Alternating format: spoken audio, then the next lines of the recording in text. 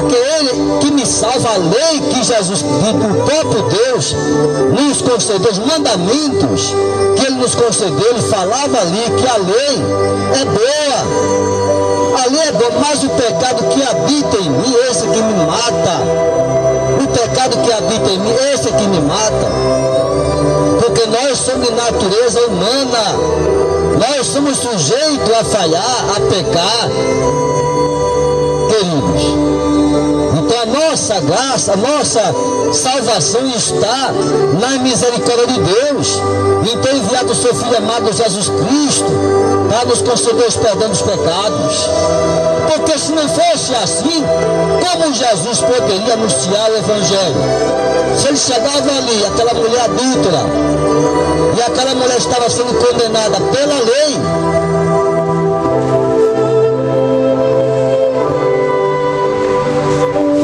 aquela mulher estava sendo condenada pela lei, queridos, a lei do povo judeu, a lei ali que ele se baseava ali no Antigo Testamento. A mulher encontrada em adultério deveria ser apedrejada. E Jesus chega, olha, não é bem assim não, cuidado com essa interpretação de você literalmente, pega a palavra literalmente, cuidado com isso, porque o que tem de pessoas, queridos, em nossas vidas sendo julgadas, sendo injustiçadas, sendo condenadas, como se nós pudéssemos sermos juiz. Sermos juízes e julgarmos as pessoas aqui na terra. O único juiz, queridos, é o próprio Deus, que enviou o seu Filho amado Jesus Cristo. Ele fala do Evangelho. O Evangelho sim vai nos julgar. Porque se nós estamos no Evangelho, que é a graça de Deus, um favor imerecido, a salvação, essa graça de Deus é que vai nos justificar aqui na terra. É o Evangelho que vai nos justificar aqui na terra, porque nós não somos 100% perfeitos. Nós somos falhos. Mas as causas de não sermos consumidos são a misericórdia de Deus. Como diz 2 Crônicas 7,14, que são as causas de não sermos consumidos. A misericórdia de Deus. Foi por isso que ele enviou Jesus Cristo. Porque se não tivesse enviado Jesus Cristo, estávamos condenados em nossos delitos e pecados. Porque não teríamos condição de nos justificar diante de Deus. Porque nós somos falhos limitados. Mas a nossa salvação vem por intermédio de Jesus Cristo. Ele sim nos concedeu perdão, a salvação, porque Ele sabe das nossas limitações, das nossas fraquezas. Ele sabe, Ele conhece as nossas limitações. Glória seja dada ao nome do Senhor. Eu me lembrava do irmãozinho, que eu andava muito com ele para evangelizar. E quando eu saía com ele, eu observava que ele olhava muito para as partes, né, das mulheres. E eu ficava olhando assim, meu Deus, o que está acontecendo com esse irmão? As pessoas não costumam olhar para as mulheres, né, as partes. Então ele fazia isso. Eu ficava olhando assim, meu Deus. Uma vez chega à igreja e diz, olha irmão, Deus vai preparar você e vai levar. Deus vai preparar você e vai levar. Porque Deus preferia mais ele no reino de Deus do que ele com esses desejos do mundo. Deus vai preparar e vai levar. Ele não demorou muito não. Não demorou muito não, querido. Estava ali na garagem da CPU fazendo manutenção no ônibus. Eu acho que algumas pessoas aqui conhecem esse irmão. Ele estava fazendo a manutenção do ônibus na garagem da CPU ali, da Vaza, atrás ali da parede, encostado na parede. Aí soltaram sem ver, né? O freio de mão e o ônibus veio de encontro à parede. E ele foi pensado na parede e veio a falecer. Mas Jesus avisou, eu vou guardar esse irmão, eu vou guardar. Que ele está brincando, não se pode brincar, não é melhor guardar. Em certas situações é melhor guardar, queridos. É melhor guardar. Quantos Deus já levou? Porque Deus fala, não faça isso não, meu filho, não. Avisa, a igreja avisa, não faça isso não, meu filho, não olhe não. E a pessoa vai e continua olhando, continua gostando de olhar, mas é bom, eu vou olhar porque é bom, porque é prazeroso. nas nossas vidas, mais o cair do homem, o levantar de Deus. Mas permanecer no pecado, aí não dá, né, meu irmão? Aí não dá, permanecer no pecado já é difícil. Deus quer perdoar, Deus quer libertar, Deus quer nos purificar com o seu sangue precioso, mas o homem permanecer no pecado, e não tem volta não. Que história é essa? Ah, não, o pecado é bom, é prazeroso, eu vou continuar adorando a Deus no pecado. Não pode, meu irmão, não pode. Você tem que escolher de que lado você vai ficar, se é do lado de Deus ou do lado do mundo. Se você quer pecar, o problema é seu. Você vai responder diante de Deus. Mas se você quer ter uma vida santa, você tem que observar a sua vida diante de Deus. As suas limitações. Eu sou falho, Senhor, tem misericórdia de mim. Senhor, tem misericórdia, Senhor. Tu és advogado no céu. Tu podes perdoar os meus pecados, mas não deixa o evangelho. Não deixa o evangelho, não. Porque nós somos falhos. Deus vai mudando. Eu não me lembro quando eu voltei ao evangelho, eu fumava 2 carteiras de cigarro por dia. 2 carteiras de cigarro por dia, não era brincadeira não. O pulmão já estava já estourando. Essa semana eu encontrei com um jovem, 30 e poucos anos, sofreu infarto. E estava com a pentosafena. 30 e poucos anos, jovem, mas fumava demais. Fumava demais. E estava com a pentosafena fazendo exercício físico, caminhando, para ver se baixava ali. O médico aconselhou: vai caminhar, meu filho, vai caminhar. E veja a situação, novo, já com a pentosafena. É assim que o cigarro faz com as nossas vidas. E eu fumava 2 carteiras de cigarro por dia. 2, não era uma só não, 2. E o resultado disso, Deus começou a falar para mim: olha, o caminho não é esse não. E no dia que eu voltei para o evangelho, uma coisa impressionante aconteceu. Isso que eu quero falar para vocês, pode escrever. Pode escrever, acontece mesmo, é verdade. Eu fumava 2 carteiras no dia, no outro, quando eu voltei para o evangelho, eu já não sentia nem mais o gosto do cigarro. Até aquela dependência química, ele tirou. Não sentia mais o desejo, nem o gosto do cigarro, de um dia para o outro. Só foi eu dizer: eu aceito, eu quero voltar para ti, Jesus Cristo. Eu te quero aceitar, Jesus Cristo. Só foi eu dizer isso. Quando eu levantei e voltei para Jesus, o cigarro, o gosto desapareceu da nicotina.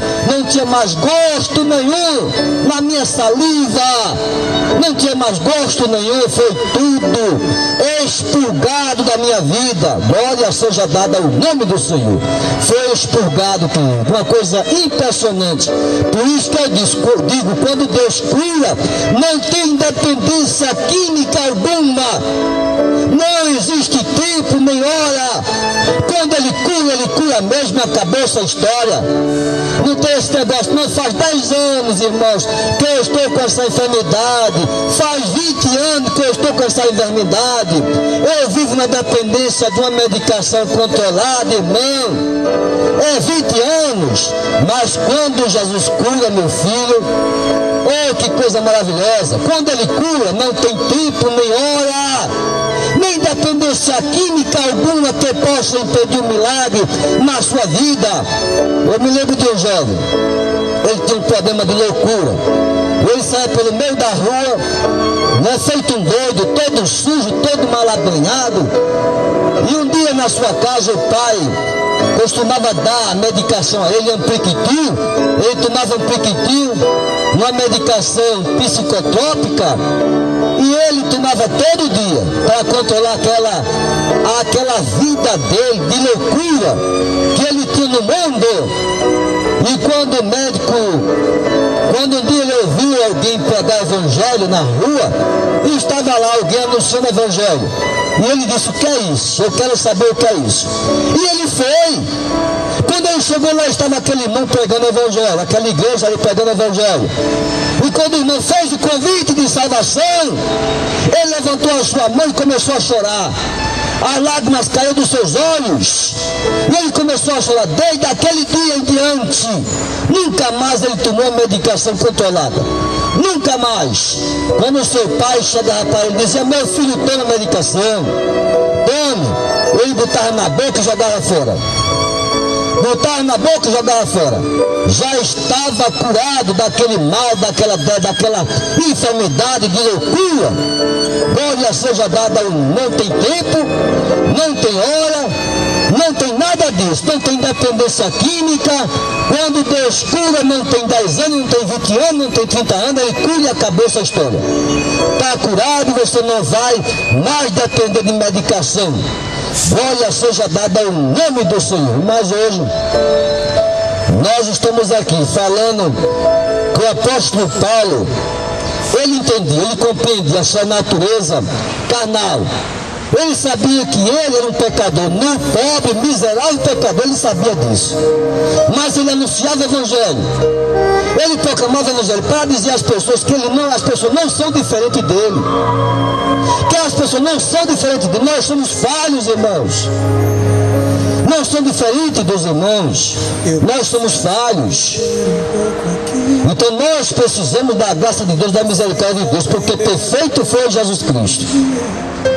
Então o apóstolo falava: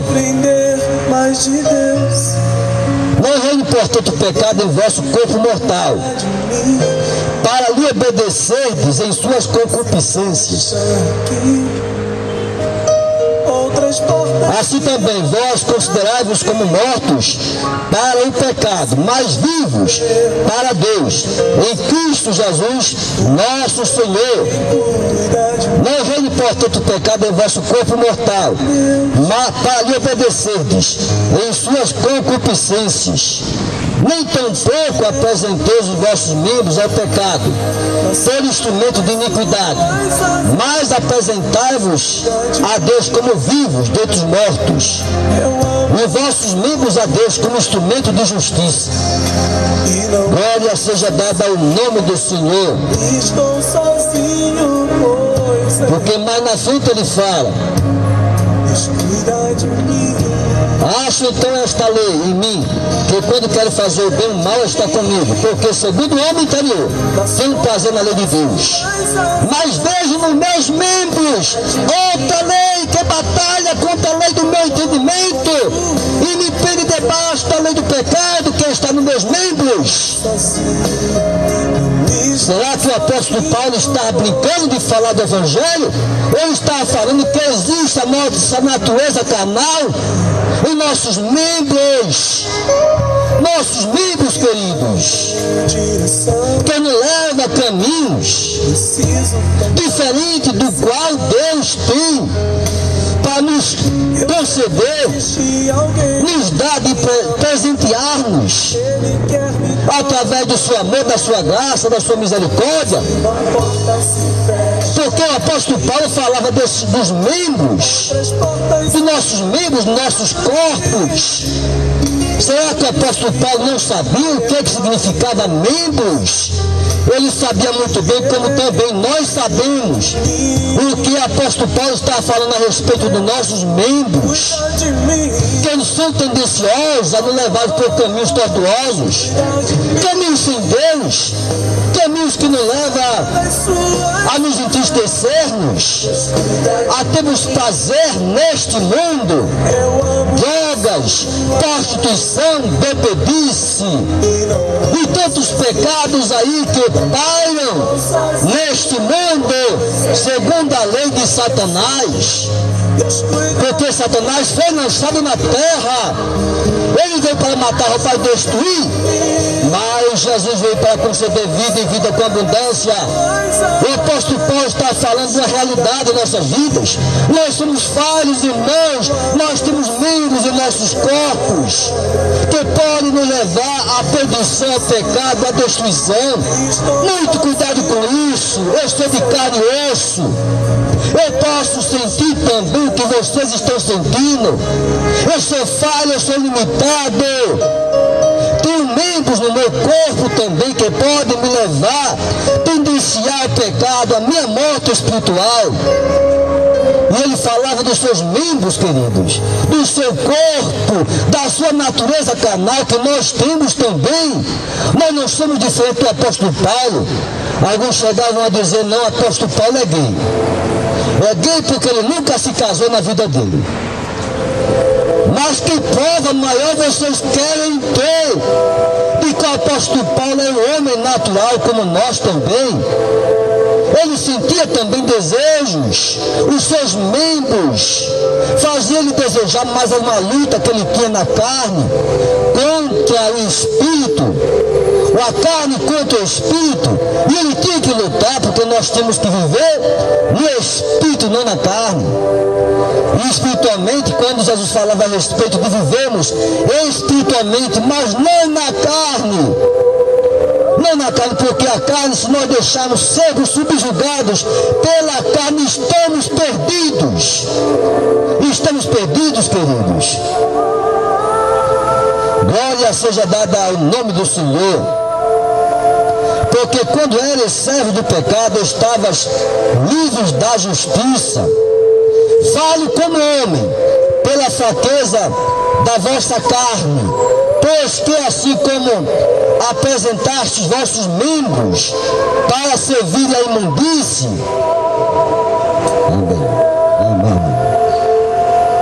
servir a imundície e a maldade para a maldade, e assim apresentai agora os vossos membros para servir a justiça, para a santificação. Veja que até os nossos membros tem que ser para a justiça e para a santificação, não para o pecado, meus amados, não para o pecado. Por isso que eu digo, se pecares, tens advogado no céu, Jesus Cristo. Nem tudo está perdido, nem tudo está perdido, queridos. Ainda existe uma esperança. Jesus Cristo, o seu sangue nos purifica de todo pecado. O nosso pecado não é maior do que Jesus. Nós não somos maior do que Jesus, não. Nós somos inferior a Ele. Apesar dele dizer, Senhor, eu me fiz servo para seguir-te, Senhor, porque Ele dava o exemplo a nós, a respeito de nós, do serviço a Deus, de nós servirmos a Deus. Então Jesus dava o exemplo ali, de servo, mas nós sabemos que Jesus era 100% homem e 100% Deus. 100% homem e 100% Deus. Não existe falha em Jesus Cristo. Por mais que nós queiramos tentar justificar a nossa natureza humana,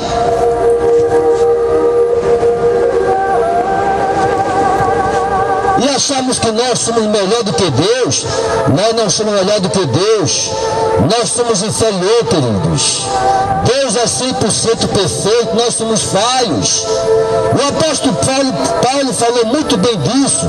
Fale como homem pela fraqueza da vossa carne, pois que assim como apresentaste os vossos membros para servir a imundícia e a maldade para a maldade, assim apresentai agora os vossos membros para servir a justiça, para a santificação. Porque quando eras servo do pecado, estavas livres da justiça. Que fruto tinhas? Então das coisas de agora vos envergonhais, que agora vos envergonhais, porque o fim delas é a morte. E quando alguém reconhece, queridos, isso que o apóstolo Paulo está falando, nós nos envergonhamos. O pecado nos faz envergonhar. Ficamos envergonhados, meu Deus. Veja, o que eu pratiquei, o que eu fiz, meu Deus, e começa a se envergonhar. Isso é a natureza, como ele fala, de nossa vida, de nossas fraquezas. Porque quando nós começamos a entender o trabalhar de Deus, porque quando era servo do pecado, eu estava livre da justiça. Mas agora, libertado do pecado e feito servo de Deus, tendes o vosso fruto para a santificação e por fim a vida eterna. Tem o vosso fruto para a santificação e por fim a vida eterna. Glória seja dada ao nome do Senhor. Por isso, queridos, que nós estamos falando aqui desse amor tão maravilhoso, da misericórdia de Deus, da graça de Deus em nossas vidas, dele nos conceder seu Filho amado Jesus Cristo, para nos conceder salvação, porque nós não merecíamos. Nós somos falhos, limitados, Mas Jesus veio cumprir a sua missão aqui na terra para dizer à humanidade, a esse universo, a tudo que foi criado por Deus. Olha, Deus enviou Jesus Cristo a essa terra. Ele veio ali do céu, da glória, do infinito, onde Deus criou todo o universo. Ele veio a essa terra, pisou nessa terra e disse à humanidade: olha, eu sou o caminho, a verdade e a vida. Ninguém vem ao Pai a não ser por Jesus Cristo, por mim, ele dizia. Desceu à terra. E algumas pessoas poderiam chegar e dizer: não, ele é um extraterrestre. Ele veio a essa terra, queridos. Jesus Cristo foi enviado por Deus, o Criador. Tudo, querido, que foi criado, o universo, as estrelas, o céu, o infinito, tudo foi criação, obra de Deus. Porque nada aqui na terra tem explicação. Por mais científica que seja, o homem tenta explicar a criação de tudo através do Big Bang, através não sei de que, de teoria. Quantas teorias têm sido inventadas, a evolução do homem através do macaco. Quantas teorias têm sido inventadas pelo homem para negar a existência de um Deus Criador. Infelizmente nós vamos conviver com isso por muitos anos, até a volta de Jesus Cristo a essa terra. Aí as pessoas vão acordar, aí já vai ser muito tarde, não tem mais jeito, porque depois que desce o inferno, querido, não tem mais volta, não tem mais volta, desceu, acabou-se. Desceu, não tem mais como você fugir do inferno. Glória seja dada ao nome do Senhor. Por isso que eu estou falando em aceitar Jesus Cristo. Porque pecado nós somos falhos nessa parte. Mas nós não podemos andar no mundo como se a nossa vida não dependesse de Deus. Como ele disse: sem mim nada podeis fazer. Eu não posso fazer nada sem Deus.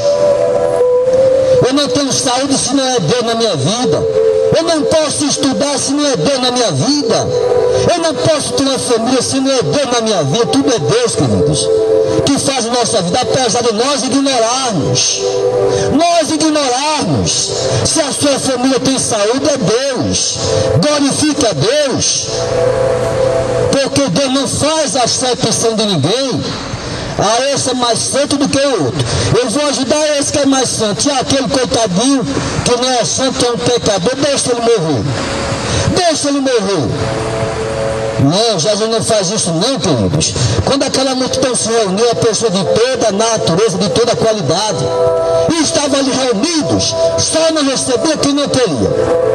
Só não recebia quem não queria. Os fariseus, saduceus, que chegavam ali para criticar Jesus. Falavam ali para condenar Jesus. Mas aqueles que queriam ouvir e receber, Jesus nunca fechou a porta. Nunca! Ele fechou a porta para vocês. Nunca ele fechou a porta. Ele sempre abriu a porta. A porta está aberta. Só basta você entrar. A porta está aberta. Se você quiser entrar, a porta está aberta. A porta estreita, como diz na Bíblia Sagrada, mas tem a porta larga, como ele diz, o caminho largo, que leva à perdição eterna. Que caminho largo é esse, que desse mundo? E é um caminho muito largo mesmo, ao ponto de muita gente preferir o mundo do que a porta estreita, do que Jesus Cristo, do que o Evangelho. E as pessoas preferem mais a porta larga, o caminho largo que leva à perdição. Por quê, queridos? Quando Deus faz um milagre em nossas vidas, a nossa alma, o nosso espírito começa a regozijar. Existe um sobrenatural de Deus acontecendo em nossas vidas. Quando Deus opera um milagre de salvação, e não tem explicação científica alguma aqui na terra da experiência, da existência de Deus em nossas vidas. Glória seja dada ao nome do Senhor. A mulher samaritana, de tantas mulheres que teve um encontro com Jesus, aí no poço de Jacó, e ela sempre ia tirar aquela água que que ela chamava ali água para beber, para tomar, para saciar sua sede. E quando ele chegando, estava Jesus Cristo assentado sobre aquele poço, assentado ali, e esperando os discípulos que foram comprar comidas para se alimentar. Jesus cansado da viagem, e ficou assentado. E quando foi se aproximando da mulher samaritana, a mulher samaritana ia se aproximando, e quando chegou diante de Jesus, Jesus disse para aquela mulher: mulher samaritana, dá-me de beber. Dá-me de beber, mulher samaritana. E a mulher samaritana responde ali a Jesus: mas Senhor, tu não tens como tirar, o poço é fundo. O poço é fundo, Senhor. E ela estranhou porque ele era judeu, a sua roupa típica judaica, e ela é samaritana. Os judeus não se comunicavam com os samaritanos, mas Jesus quebra todo tabu, todo preconceito, e fala com aquela mulher: mulher samaritana, olha, dá-me de beber dessa água, eu estou com sede. Mas a mulher ficou perguntando a Jesus. E Jesus disse para aquela mulher: olha, mulher, se tu conheceres o dom de Deus e quem te pede, tu me pedirias e eu te daria água viva. E a mulher ficou espantada: água viva? Que água é essa? Que nunca mais terá sede, mulher samaritana. E Jesus começou a falar da vida daquela mulher: tiveste 5 maridos, e o que tu tens não é teu. Tiveste 5 maridos, e o que tu tens não é teu. E a mulher responde: tu és profeta. Tu és profeta, Jesus Cristo. Ele se revela: eu sou Messias, enviado por Deus para salvar a humanidade. Eu estou falando de uma água viva, do nascer de novo na tua vida, mulher samaritana. Essa sede que tu tem na tua alma, essa sede só pode ser saciada com essa água que eu tenho para te dar. Água viva, mulher samaritana. Toma desta água, mulher samaritana, toma desta água. Ela lhe procurava ter uma vida, né?